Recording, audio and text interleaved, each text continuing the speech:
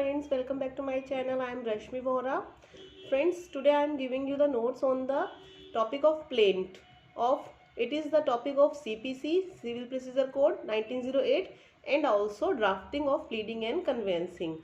Both the subjects contains plaint because in CPC के अंदर क्या है कि प्लेंट के बारे में आपको मेन पूछा जाएगा कि प्लेंट होती क्या है। मेन प्लेंट के ऊपर ही सारा स्टार्टिंग है इसकी, क्योंकि प्लेंट का मतलब होता है आप किस कोर्ट में सूट कैसे फाइल करें, how you are filing your suit in the court. Okay, if you are plaintiff you have to file your suit in the form of plaint. Okay friends, and in drafting and pleading the plaint is also a topic on which you have to give answer and you have to make a format of the plaint. So you will know how to make a format के format कैसे बनाया जाता है. Drafting and pleading के subject के अंदर आपको plaint के बारे में पता होना चाहिए and you have to know the how you have to file a plaint. आपको प्लेंट का फॉर्मेट कैसे बनाना है, प्लेंट के अंदर टॉपिक्स क्या क्या आते हैं. ठीक है फ्रेंड, तो मैं आपको बताने जा रही हूँ जो प्लेंट के बारे में. ये आपके सामने एक फॉर्मेट ओपन कर रखा है मैंने, जिसको देख के आपको कुछ समझ में आ रहा होगा कि ये दो पार्टीज के नाम हैं और ये सूट फॉर डैमेजेस के लिए है. तो ये बताने से पहले मैं आपको सबसे पहले प्लेंट के बारे में बताऊंगी, इसका ऑब्जेक्ट और इसके एसेंशियल पार्ट्स बताऊंगी. ठीक है फ्रेंड्स, चलते हैं अपने टॉपिक की तरफ. प्लेंट के बारे में बताती हूँ. तो सबसे पहले मैं आपको बताती हूँ प्लेंट होती क्या है, what is plaint and what is it's meaning. Okay friends, plaint का मीनिंग सबसे पहले आपको एक्सप्लेन करती हूँ. प्लेंट का मतलब होता है plaint is a pleading of the plaintiff. Plaint जो होती है वो प्लीडिंग होती है प्लेंटिफ की. कल मैंने एक वीडियो बनाया था, उसके अंदर मैंने आपको थोड़ा सा ओवरव्यू दिया था कि प्लेंटिफ की तरफ से क्या जाता है. तो वो प्लेंटिफ की प्लीडिंग को प्लेंट बोला जाता है. और जब एक डिफेंडेंट को अपनी तरफ से प्लेंट का रिप्लाई करना पड़ता है, डिफेंडेंट होता है अपोजिट पार्टी जिसके खिलाफ आपने कोर्ट में प्लेंट फाइल किया है. ठीक है ना, सूट फाइल कर रहे हो तो आप प्लेंट की फॉर्म में करोगे, जिसका जो एग्रीड पार्टी है जिसको कोर्ट में सूट फाइल करना है. ठीक है, आप प्लेंट की फॉर्म में फाइल करेंगे सूट और अपोजिट पार्टी है डिफेंडेंट. तो डिफेंडेंट जब करेगा तो उसको रिटर्न स्टेटमेंट की फॉर्म में करना पड़ेगा और रिटर्न स्टेटमेंट जो होगी वो डिफेंडेंट की प्लीडिंग होगी. उसी तरह से ये प्लेंट जो है वो प्लेंटिफ की प्लीडिंग है. देखिए, plaint is the pleading of plaintiff. सबसे पहली बात यही आती है. आगे लिखा है इट मीन्स एन एक्यूजेशन और चार्ज. मतलब आप इसका कहने का मतलब है आप एक किसी के ऊपर चार्ज लगा रहे हो. ठीक है, इसके माध्यम से. It is a document by the presentation of which a suit is instituted in the civil court. ये एक ऐसा डॉक्यूमेंट है जिसकी प्रेजेंटेशन से आप सूट को इंस्टीट्यूट करते हो, सिविल कोर्ट में सूट फाइल करते हो. ठीक है friends, the term plaint is not defined in the civil procedure code 1908. Plaint जो है इसका डेफिनेशन तो नहीं दी गई है 1908 में CPC में, बट जो ऑर्डर 7 है ऑफ CPC का, आप ध्यान रखिएगा CPC के अंदर बहुत सारे ऑर्डर्स हैं जिनके बेसिस पे सारा का सारा CPC डिफाइन किया हुआ है. ऑर्डर्स और उसके ऑर्डर्स के अंदर रूल्स होते हैं. ठीक है फ्रेंड्स, सेक्शंस तो हैं ही CPC में, लेकिन ऑर्डर्स और रूल्स उनके याद करने बहुत ज़रूरी हैं. तो ये जो प्लेंट आती है ऑर्डर 7 के अंदर. 1 से लेकर 54 सेक्शंस ऑर्डर्स तक हैं, 51 ऑर्डर्स तक हैं. तो आपको सारे तो याद नहीं करने, लेकिन बहुत इंपॉर्टेंट हैं जो वो याद कर लीजिएगा, बाकी को पढ़ लीजिए, सारे ही वैसे काम आते हैं. ठीक है, और सबसे इंपॉर्टेंट है प्लेंट. प्लेंट आता है ऑर्डर 7 के अंदर, जिसके अंदर की 18 रूल्स दिए गए हैं और 18 में से सबसे पहले रूल में उसके पर्टिकुलर्स दिए गए हैं कि प्लेंट के अंदर क्या क्या चीज़ें ऐड की जाएंगी. ठीक है फ्रेंड्स, प्लेंट के अंदर जो जो चीज़ें ऐड की जाएंगी वो रूल नंबर 1 के अंदर बताया गया है कि इसके क्या क्या पर्टिकुलर्स होंगे. तो प्लेंट जो होती है सबसे पहले ओपन की होती है. ओपन होने का मतलब है कि भाई प्लेंट स्टार्ट कहाँ से होती है. प्लेंट जब आप स्टार्ट करेंगे तो सबसे पहले ऊपर जो आएगा, सबसे पहले नेम आएगा कोर्ट का. ठीक है ना, सबसे पहले जिस कोर्ट में आप सूट फाइल कर रहे हैं where the case of suit is filed, जहाँ कर रहे हो सबसे पहले ऊपर उसका कोर्ट का नाम आएगा कि कौन से कोर्ट के कौन से जज के पास जा रही है. फिर उसका ऑब्जेक्ट बताती हूँ, प्लेंट का ऑब्जेक्ट क्या है. देखिए, प्लेंट का ऑब्जेक्ट है कि the main object of the plaint is to state the grounds upon which the assistance of the court is sought by the plaintiff. कहने का मतलब ये है कि प्लेंट जो होती है इसका ऑब्जेक्ट यही है कि आप उसके अंदर सारे ग्राउंड्स मेंशन कर रहे हो, जिससे कि प्लेंटिफ कोर्ट के अंदर सूट फाइल कर रहा है, जिससे कि कोर्ट को ग्राउंड्स पता चले कि आप किन बेसिस पे अपना सूट फाइल किया. सिविल कोर्ट के अंदर सिविल सूट को सूट बोला जाता है. ठीक है, और जो क्रिमिनल होता है, क्रिमिनल केस होता है जब, तो उसमें केस बोला जाता है. इसके अंदर सूट बोलते हैं हमेशा, ध्यान रखिएगा सिविल कोर्ट में, सिविल केसेस के लिए. रूल 1 ऑर्डर 7 जो कहता है वो बताता है कि पर्टिकुलर्स क्या होने चाहिए प्लेंट के अंदर, वो स्टेटेड बिलो है, वो मैंने नीचे लिखे हुए हैं, आप ध्यान से देखते जाइए, ठीक है। The particulars of the plaints are as stated below, content जो करते हैं रूल 1 के अंदर ही सारे कंटेंट्स इसके बताए गए हैं कि प्लेंट के अंदर आपको जब बनानी है प्लेंट तो कैसे बनानी है, उसके अंदर क्या क्या जरूरी चीजें होनी चाहिए, ये बताया गया है इसके अंदर। देखिए इसमें बताया गया है, सबसे पहला पॉइंट है जो नेम होगा कोर्ट का, सबसे पहले वो आएगा, the name of the court in which the suit is brought, सबसे पहले नेम आएगा। सेकंड नंबर पे आएगा name, description and place of residence of the, पहले तो वो हेडिंग या टाइटल के फॉर्म में आएगा कोर्ट का नेम जो है, ठीक है। फिर उसके बाद जो आप लिखेंगे name, description and place of residence of plaintiff के बारे में लिखेंगे, वो लेफ्ट साइड में लिखेंगे, उसका नेम लिखेंगे, एज लिखेंगे, उसका बिजनेस भी लिख सकते हैं और रेजिडेंस लिखेंगे, ठीक है, और सारा डिस्क्रिप्शन उसका आ जाएगा। उसके बाद में उसके सामने आप लिख देंगे प्लेंटिफ, ठीक है, और उसके बाद लिखेंगे बिटवीन, ठीक है, सेकंड नंबर में बिटवीन आएगा, फिर मतलब उसके नीचे बीच में बिटवीन आएगा। उसके बाद आपने जो डिटेल्स देनी है वो देनी है आपने सारी इसकी, the name, description and place of residence of the defendant so far as they can be ascertained. कहने का मतलब है कि उसके बाद में जब आप प्लेंटिफ की सारी डिटेल्स दे देंगे तो उसके बाद आपने सारी डिफेंडेंट की भी डिटेल्स देनी है, लिखनी है उसके अंदर सारी, ताकि उससे ये पता चले कि किसके खिलाफ आपने सूट फाइल किया है। डिफेंडेंट होता है जिसके खिलाफ आपने सूट फाइल किया है कोर्ट के अंदर, तो उसकी भी बिल्कुल सेम वैसे ही आपने सारे नेम, डिस्क्रिप्शन और एड्रेस वगैरह उसका देना है, और लास्ट में उसके राइट साइड पे डिफेंडेंट लिखेंगे, ठीक है फ्रेंड्स। अभी मैं आपको अभी इसका फॉर्मेट दिखाऊंगी तो आपको उसमें देख के समझ में आ जाएगा। देखिए आगे सेकंड पॉइंट, इसके बारे 3 पॉइंट मैंने आपको बता दी, ये 4th पॉइंट है जिसमें ये लिखा है कि वेयर द प्लेंटिफ और डिफेंडेंट इज अ माइनर और a person of unsound mind a statement to that effect. अगर वो पर्सन जो प्लेंटिफ है, जो केस सूट फाइल कर रहा है, या डिफेंडेंट जिसके खिलाफ सूट फाइल किया जा रहा है, इन दोनों में से कोई भी अगर माइनर है या फिर अनसाउंड माइंड है तो उसकी स्टेटमेंट आपको ये लाइन बीच में लिखनी है कि द पर्सन इज माइनर या अनसाउंड माइंड, इज और अनसाउंड माइंड, ठीक है। 5th में लिखेंगे, नेक्स्ट पॉइंट आप लिखेंगे the fact constituting the cause of action and when it arose, कि भाई कॉज ऑफ एक्शन क्या है और कब हुआ, आपका साथ प्रॉब्लम क्या हुई है और वो कब हुई है, ठीक है, ये लिखेंगे। फिर नेक्स्ट पॉइंट में लिखेंगे the facts showing that the court has jurisdiction. Next point में ये लिखेंगे, ज्यूरिसडिक्शन के अंदर ये आएगा कि हाँ इस कोर्ट के अंदर ये ज्यूरिसडिक्शन है, मतलब ये हमारा जो सूट फाइल कर रहे हैं वो आपके कोर्ट में, इसी कोर्ट की ज्यूरिसडिक्शन में आता है, इसलिए हमने इस कोर्ट में सूट फाइल किया है, कहने का मतलब ये है ज्यूरिसडिक्शन का। फिर उसके बाद लिखेंगे the relief which the plaintiff claims, मतलब प्लेंटिफ चाहता क्या है, उसको क्या रिलीफ चाहिए, मतलब उसका जो नुकसान हुआ है उसके बारे में वो लिखेगा कि मेरा ये नुकसान हुआ है, कृपा करके आप मुझे इसकी भरपाई करवाइए please, I pray to God, ऐसे करके प्रे टू कोर्ट को प्रे करेगा कि भाई आप मुझे इतना रिलीफ दिलवाइए, मेरा इतना नुकसान हुआ है इनकी वजह से। फिर नेक्स्ट पॉइंट में where the plaintiff has allowed a set off or relinquished a portion of his claim the amount so allowed or relinquished and, ठीक है, इसमें लिखेंगे कि भी प्लेंटिफ को आप प्लेंटिफ जो है वो सेट ऑफ के लिए अलाउ कर रहा है कि नहीं, रिलिंक्विश करने के लिए कोई पोर्शन अपने क्लेम का अलाउ कर रहा है कि नहीं कर रहा, मतलब कि भी आप डिफेंडेंट के लिए आप लिख रहे हो कि भी आप सेट ऑफ चाहते हो कि नहीं चाहते, या इनमें से कोई पॉइंट आप छोड़ देना चाहते हो या नहीं, ठीक है। और लास्ट में ये जो स्टेटमेंट एक और आएगी 9th नंबर पे, इसमें आप लिखेंगे, देखिए इसमें फिर आप लिखेंगे नेक्स्ट में a statement of the value of the subject matter, भाई आपके सब्जेक्ट मैटर जो आपका केस है उसकी वैल्यू कितनी है, कितना अमाउंट है, मतलब उसका, तो उसका पर्पस ये है कि suit for the purpose of jurisdiction and court fee, आप उसमें ये भी लिखेंगे कि हमने कोर्ट फी पे कर दी है और हमारी स्टेटमेंट लिखेंगे, मतलब ये हमारी वैल्यू इतनी है सब्जेक्ट की, हमारे केस की वैल्यू इतनी है, तो हमें इतना नुकसान हुआ है, हमें इतनी भरपाई करवाई जाए, ठीक है, ये लाइन इसमें स्टेटमेंट लिखेंगे। अब मैं आपको बताती हूँ एसेंशियल्स क्या है प्लेंट के। पार्ट 1 में सबसे पहले अभी जो मैंने आपको सारा बताया वो ऐसे इस ढंग से लिखा जाएगा, हेडिंग एंड टाइटल आएगी, हेडिंग के अंदर आप लिखेंगे सबसे पहले कि भी कोर्ट का नाम आएगा जहाँ पे कोर्ट सूट फाइल किया है, उसके बाद therefore the name of the court has to come on the top of the plaint, सबसे ऊपर आ गया कोर्ट का नाम। फिर कोर्ट के पास उस ज्यूरिसडिक्शन लिखेंगे अगर उस कोर्ट की ज्यूरिसडिक्शन है, the specific jurisdiction in which the suit is being instituted should be given below the name of the court, भाई कोर्ट ज्यूरिसडिक्शन का भी लिखना पड़ता है, एग्जाम्पल के तौर पर ये मैंने नीचे लिखा हुआ है, आपको देख लीजिए, ये देखिए ये एग्जाम्पल के तौर पे लिखा है, in the court of civil जज सीनियर डिवीजन लखनऊ, ये लखनऊ कोर्ट का एग्जाम्पल दिया हुआ है।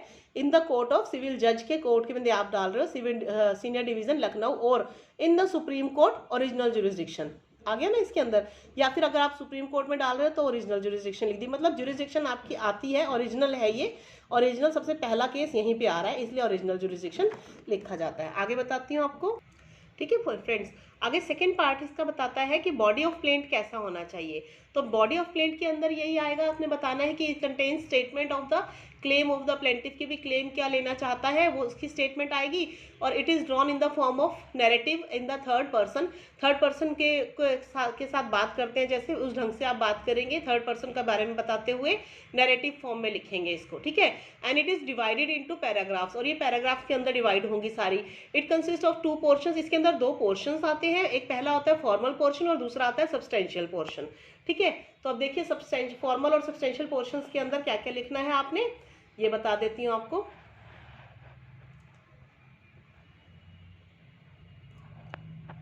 एक second,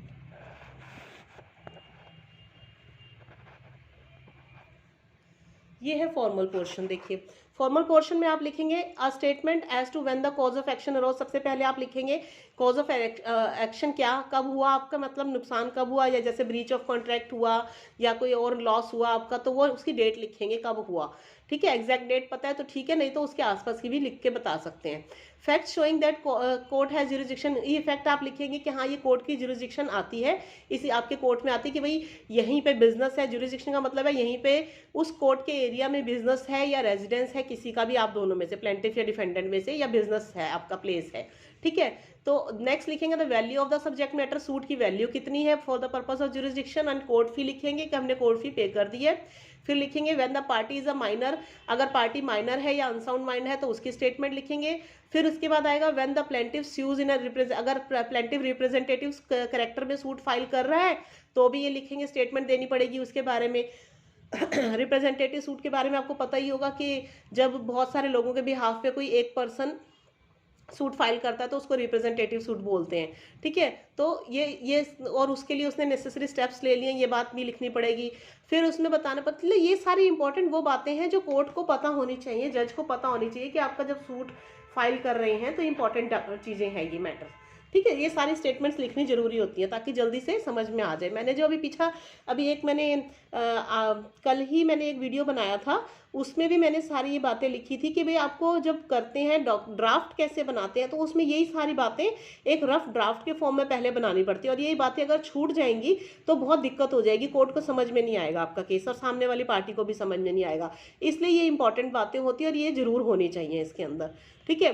when the suit is instituted after period of limitation, जब लिमिटेशन का भी ये पॉइंट आएगा तो लिमिटेशन में ये भी लिखना पड़ता है कि आपका सूट जो है आपने टाइम पीरियड के अंदर अंदर ही आप फाइल कर रहे हो कि नहीं कर रहे हो, और अगर लेट कर रहे हो तो उसके लिए एग्जाम्पशन के लिए आपको कोई कॉज रीजन, वैलिड रीजन बताना पड़ेगा कोर्ट को, जिसपे कोर्ट बिलीव कर सके हाँ सच में आपका आपने डिले किस वजह से किया है, टाइम लिमिट के अंदर क्यों नहीं किया। लिमिटेशन पीरियड एक्चुअली सब चीज़ों के लिए एक लिमिटेशन पीरियड डिसाइड किया गया है कि आपने 1 साल 2 साल या 3 साल इतने टाइम के अंदर आपको सूट फाइल कर देना चाहिए, अदरवाइज फिर आप नहीं कर पाएंगे।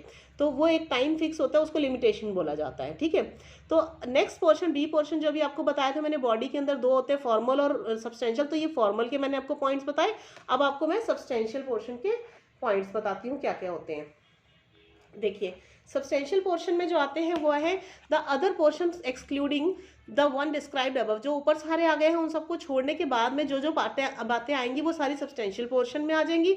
इसके अंदर स्टेटमेंट ऑफ फैक्ट्स बताएंगे, जैसे कॉज ऑफ एक्शन कुछ उससे रिलेटेड 1-2 पॉइंट्स आ सकते हैं, और he should also state if there are more than 1 defendant, अगर एक से ज़्यादा डिफेंडेंट्स है तो उनके बारे में भी आप बताएंगे, as to why they are included, and मतलब उनको क्यों इंक्लूड किया गया है अगर ज़्यादा डिफेंडेंट है, और what particular liability is attach to them, मतलब क्या लाइबिलिटी है उनकी बनती है, कोई अगर स्पेशल पर्टिकुलर लाइबिलिटी बनती है तो उसके बारे में आप इसमें बताएंगे। अब आगे बढ़ते हैं, नेक्स्ट पॉइंट है थर्ड पार्ट, इसका आएगा रिलीफ क्लेम्ड, आपने क्या रिलीफ क्लेम किया है या आपको क्या रिलीफ चाहिए कोर्ट से, आप क्या चाहते हैं, ठीक है। इसके अंदर वो बातें आपने लिखनी है कि जो सिविल सूट होता है इसके डिफरेंट रिलीफ आप ले सकते हैं, जैसे अलग अलग तरह के ले सकते हैं रिलीफ, इसके अंदर बताया गया है। जैसे कि एग्जाम्पल के तौर पे देखिए एग्जाम्पल, इमूवेबल प्रॉपर्टी है आपकी, कोई उस पर डिक्लेरेशन ऑफ एनी राइट है आपका, या स्पेसिफिक परफॉर्मेंस है, या कोई आप कोर्ट इंजंक्शंस चाहते हैं, कोर्ट से इंजंक्शंस मतलब कोई टेम्परेरी इंजंक्शंस हो गई वो चाहते हैं, अपॉइंटमेंट ऑफ रिसीवर चाहते हैं, प्रॉपर्टी मतलब ये प्रॉपर्टी से रिलेटेड ही होते हैं सारे के सारे मैटर ज़्यादातर, ठीक है। और कोई अकाउंट से रिलेटेड है कोई प्रॉब्लम आपको, तो उसके लिए, तो इन सब मैटर्स के ऊपर आप रिलीफ ले सकते हैं और इन पे सिविल सूट ज़्यादातर फाइल किए जाते हैं। और फिर उसके बाद लिखते हैं, इसके अंदर आएगा प्लेंटिफ जो है वो क्लेम करेगा एक या उससे ज़्यादा रिलीफ भी ले सकता है, ठीक है। He can claim must state them in the plaint specifically, हर क्लेम के बारे में उसको स्पेसिफिकली लिखना पड़ेगा। फिर उसके बाद बोला है कि ऑर्डर 2 जो है, रूल 2 का वो बोलता है इसके अंदर, a plaintiff who can claim more than one relief on the same cause of action, अगर एक ही कॉज ऑफ एक्शन पे एक से ज़्यादा उसको रिलीफ चाहिए तो उसको वो सारी बातें उसके अंदर लिखनी जरूरी है, अदरवाइज उसको बाद उसको नहीं मिलेगा, नहीं तो उसका रिलीफ अगर उसने छोड़ दिया तो उसको फिर वो रिलीफ क्लेम नहीं कर सकता बाद में, ठीक है। नेक्स्ट पोर्शन आता है पार्ट 4, जिसमें सिग्नेचर एंड वेरिफिकेशन के बारे में बताया है। इसमें कहा गया कि हर प्लेंट जो है, every plaint shall be signed होनी चाहिए प्लेंटिफ और प्लीडर के, प्लेंटिफ और प्लीडर होता है उनका अकाउंटेंट, उनका एडवोकेट, ठीक है, उन दोनों के साइन होने चाहिए।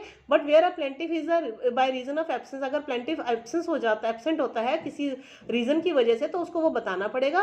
और अगर वो अनेबल है साइन करने में, प्लेंट पे साइन नहीं कर सकता, तो वो किसी अपने ऑथराइज पर्सन से भी साइन करवा सकता है, ठीक है। Where the plaintiff is illiterate, अगर वो अनपढ़ है, अगर पढ़े लिखे नहीं है, कैन नॉट मेक सिग्नेचर, अगर वो साइन नहीं कर सकते, he may put his thumb mark on the plaintiff, plaint के ऊपर साइन कर सकते हैं अपने प्लेंटिफ के भी, अपनी प्लेंटिफ की जगह पे वो अपने थंब के इंप्रेशन अंगूठा भी लगा सकते हैं, ठीक है। फिर ये लास्ट में ये लिखा है इसके बारे में कि every plaint shall be verified at the foot by the plaint, मतलब लास्ट में वेरिफिकेशन के बारे में लिखा होता है कि आप वेरीफाई करेंगे और प्लेंट के अंदर, और by one of the plaintiffs pleading or by some other person approved to the satisfaction of the court to be acquainted with the facts of the case, और दो विटनेसेस के साइन हो जाएंगे उस पर, ठीक है। और आप वेरीफाई करेंगे कि हाँ जो मैंने ऊपर इन्फॉर्मेशन लिखी है वो मेरी नॉलेज में बेस्ट एंड ट्रू है, ठीक है, मैं वेरीफाई करता हूँ इसको, और अपने साइन फिर से नीचे करेंगे। आगे मैं आपको इसका सिर्फ अब एक फॉर्मेट दिखा देती हूँ, आपको जल्दी से समझ में आ जाएगा कि ये एक फॉर्मेट सैंपल है इसका प्लेंट का।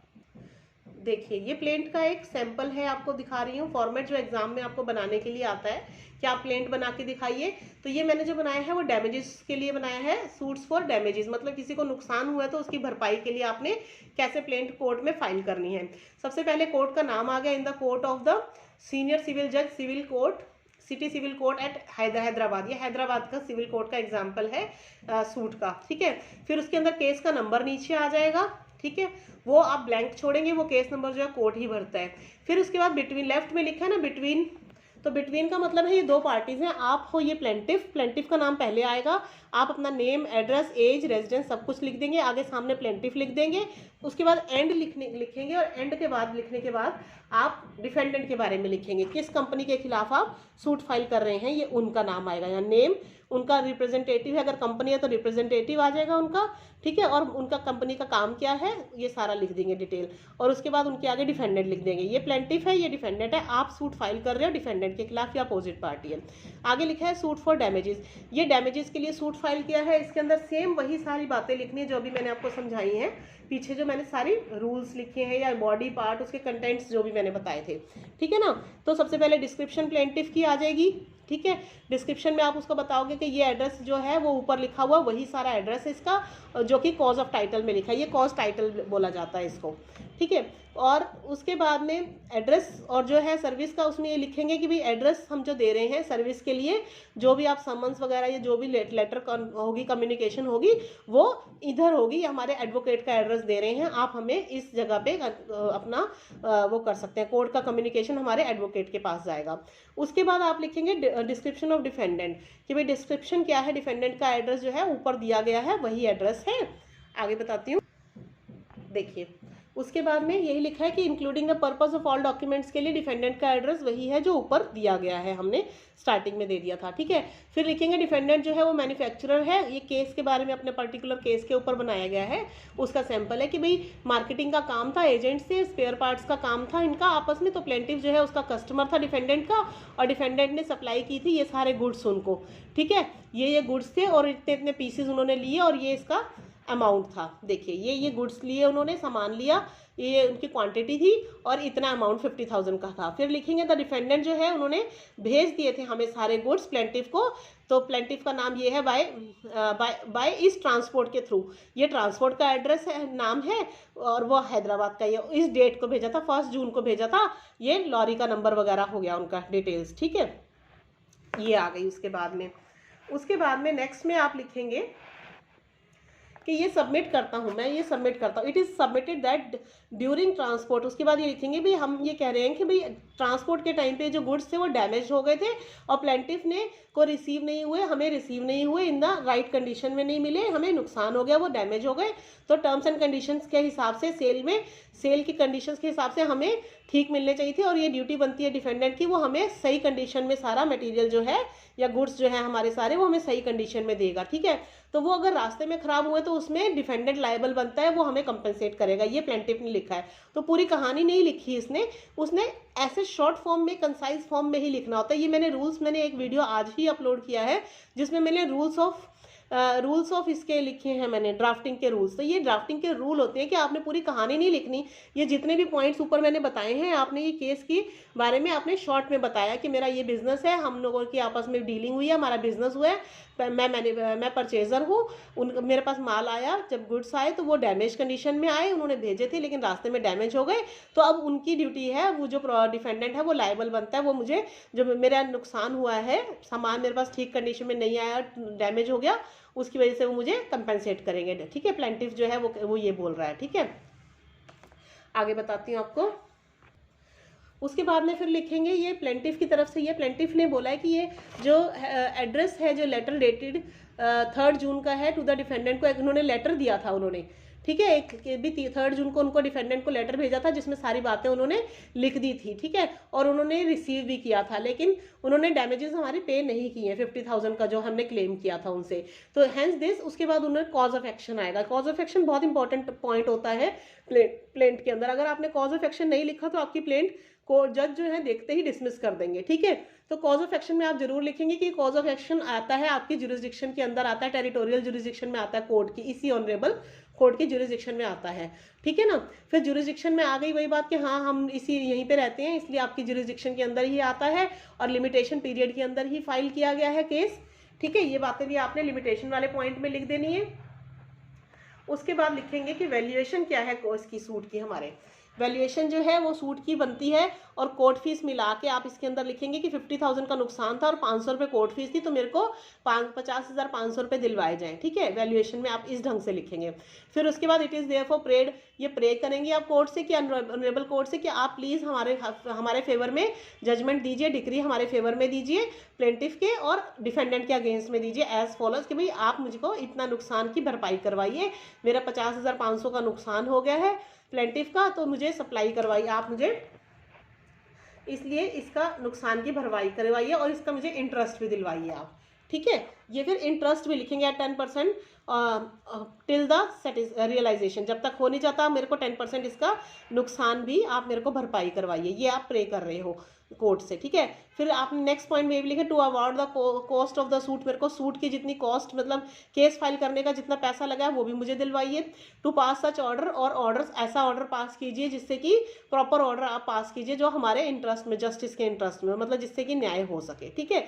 फिर उसके बाद काउंसिल फॉर प्लेंटिफ का जो काउंसिल है या एडवोकेट है वो साइन करेंगे और यहाँ प्लेंटिफ के साइन हो जाएंगे, ठीक है। फिर ये लास्ट में वेरिफिकेशन का पॉइंट आ जाता है, इसमें यही लिखा जाएगा कि जो अबव नेम प्लेंटिफ मैं हूँ, मैंने ये डिक्लेयर करता हूँ कि सारी मेंशन फैक्ट्स जो हैं वो सारे ट्रू हैं मेरी नॉलेज में, ठीक है, करेक्ट है to best of my knowledge, belief and information में, मेरे को सारी नॉलेज जो है मैंने अपनी तरफ से सही दिए हैं और हैंस वेरीफाई करता हूँ इनको सबको सेम, मैं इस डेट पे वेरीफाई करता हूँ।